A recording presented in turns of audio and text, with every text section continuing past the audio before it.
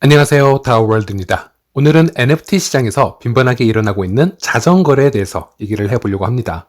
NFT 시장에서 자전거래란 NFT의 가치나 거래량을 증가시키기 위해서 본인 스스로 매매를 반복해서 하는 행위를 얘기를 합니다. 당연히 이런 자전거래 행위는 NFT 시장의 생태계를 무너뜨리는 주요 원인이기도 하고요. 수많은 피해자들을 만들어내고 있는 비윤리적인 행위라고도 할 수 있겠죠. 그래서 수많은 NFT 프로젝트가 쏟아지고 있는 이 현 시점에서는 투자를 하시기 전에 항상 신중을 기하시는 것을 추천드리는데요. 그렇다면 이 NFT 시장에서 자전거래란 도대체 어느 정도의 심각성까지 와 있는지 제가 몇 개 기사를 좀 간추려서 보여드리도록 하겠습니다. 올해 1월 12일에 코인데스크에 나왔던 기사입니다. 오픈시 개석거라 NFT 마켓플레이스 룩스레어 첫날 거래 1,300억 원 돌파라는 제목이었고요. 신생 NFT 마켓플레이스 룩스레어가 오픈 하루 만에 1,300억 원이 넘는 거래 대금을 끌어모았다. 11일 디크립트 보도에 따르면 룩스레어는 서비스를 개시한 첫날 1억 1,000만 달러, 하나로 약 1,308억 원 상당의 이더리움 거래를 성사시켰다. 같은 날 세계 최대 NFT 마켓플레이스인 오픈시의 하루 거래 대금은 1억 7천만 달러, 약 2,022억 원이었다. 룩스레어는 오픈하자마자 오픈시의 거래 대금을 바짝 따라잡으며 오픈시의 경쟁자로 부상하였다 라고 나와 있습니다. 그리고 얼마 지나지 않아 NFT 마켓 룩스레어 24시간 거래량 7억 달러, 오픈시의 5배라는 기사가 떴고요. 뎁레이더에 따르면 NFT 마켓 룩스레어는 24시간 거래량이 7억 달러를 돌파했다. 오픈시의 5배 수준이다. 룩스레어는 사용자를 대상으로 룩스 에어드랍을 진행 중이다. 대부분 이렇게 룩스레어가 거래량에서 성공을 거두고 있는 이유로는 에어드랍 정책 등을 적극적으로 활용해서 오픈시라는 최대 규모의 NFT 플랫폼에 있는 유저들을 끌고 오는데 성공을 하였다. 주로 이렇게만 분석을 했던 것 같습니다. 자, 그런데 2월 7일쯤에 디지털 데일리에 나온 기사입니다. 자전거래 골몰이 앓는 룩스레어, 오픈시의 대항마가 될 수 있을까?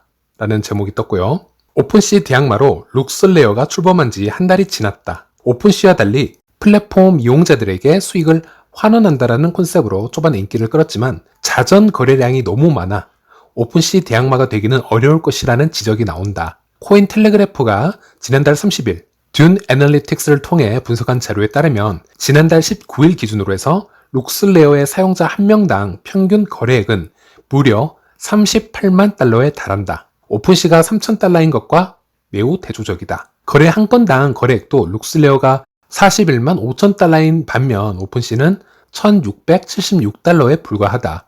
룩스레어의 경우 같은 사용자가 NFT를 사고 파는 자전 거래량이 매우 많다라는 의미이다. 세계 최대 NFT 플랫폼이었던 오픈시 규모를 자전 거래만을 통해서 말도 안 되게 추월해 버렸다라는 점이 저에게는 참 충격적으로 다가왔는데요. 그래서 코인텔레그래프에 나온 그래프를 직접 한번 체크해 보았는데 여기 그래프를 한번 체크해 보시면요. 룩스레어의 하루 사용자 및 하루 거래가 오픈시의 2%에서 3%밖에 되지 않습니다.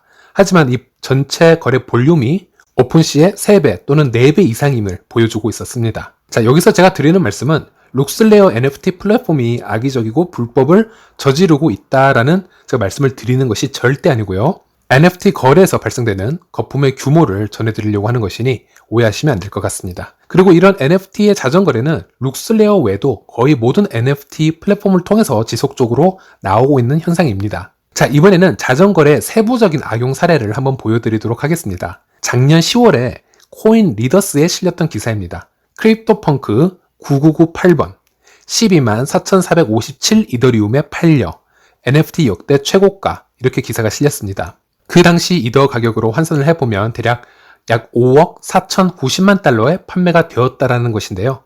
하나로 약 6,500억 원이 넘는 금액입니다.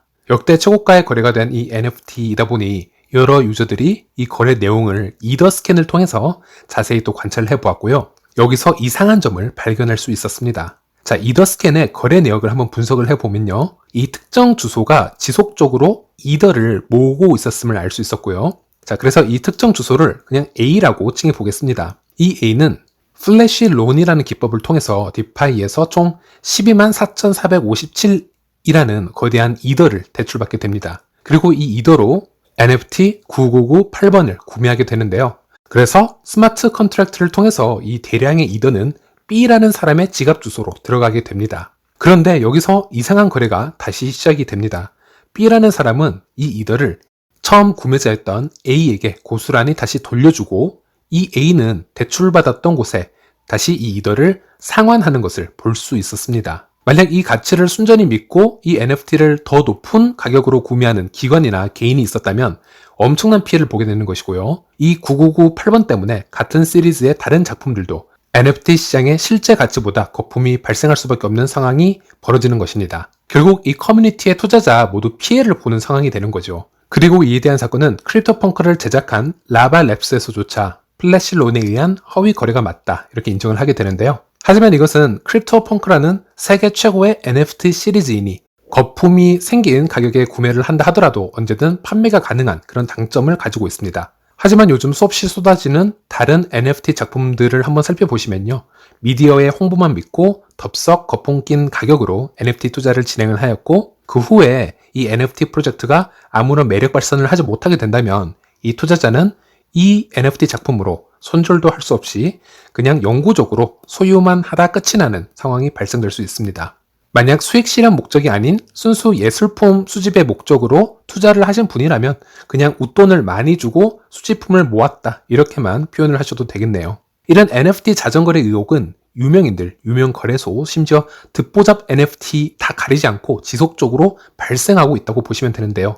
유명인들이나 일반인들의 작품을 예로 설명을 계속하기엔 서로서로 불편한 부분이 많이 생길 것 같아서 일단 스킵을 하도록 하겠습니다. 마지막으로 제가 드리고 싶은 말씀은 우리에게도 이런 피해 사례가 나오지 않도록 최대한 주의하는 모습이 필요할 텐데요. 신생 프로젝트나 생태계가 부족한 NFT 프로젝트에서 너무 말이 안 된다 싶을 정도의 가치로 거래가 되고 있다면 불나방처럼 먼저 뛰어들지 마시고요. 그 프로젝트의 생태계를 하나씩 다시 한번 분석을 해보시는 것을 추천해 드립니다.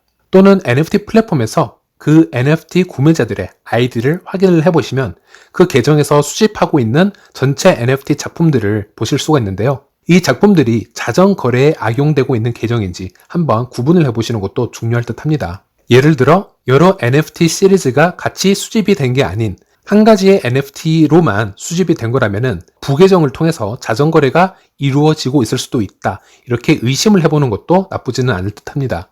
물론 자전거래도 지능적인 거래를 앞으로 더 할 것이기에 이런 기본적인 체킹에는 아마 레이더망에 걸려들지 않을 확률이 또 높다고 봅니다. 자, 그럼에도 불구하고 우리는 이런 어두운 면도 지속적으로 파악을 해야 되고요. 돌다리도 계속 두들기면서 가보는 게 당연히 맞다. 저는 이렇게 생각을 하고 있고요. 네, 오늘은 일단 짧지만 여기까지 말씀을 드리겠고 다음 시간에 다시 찾아뵙도록 하겠습니다. 시청해 주셔서 감사합니다.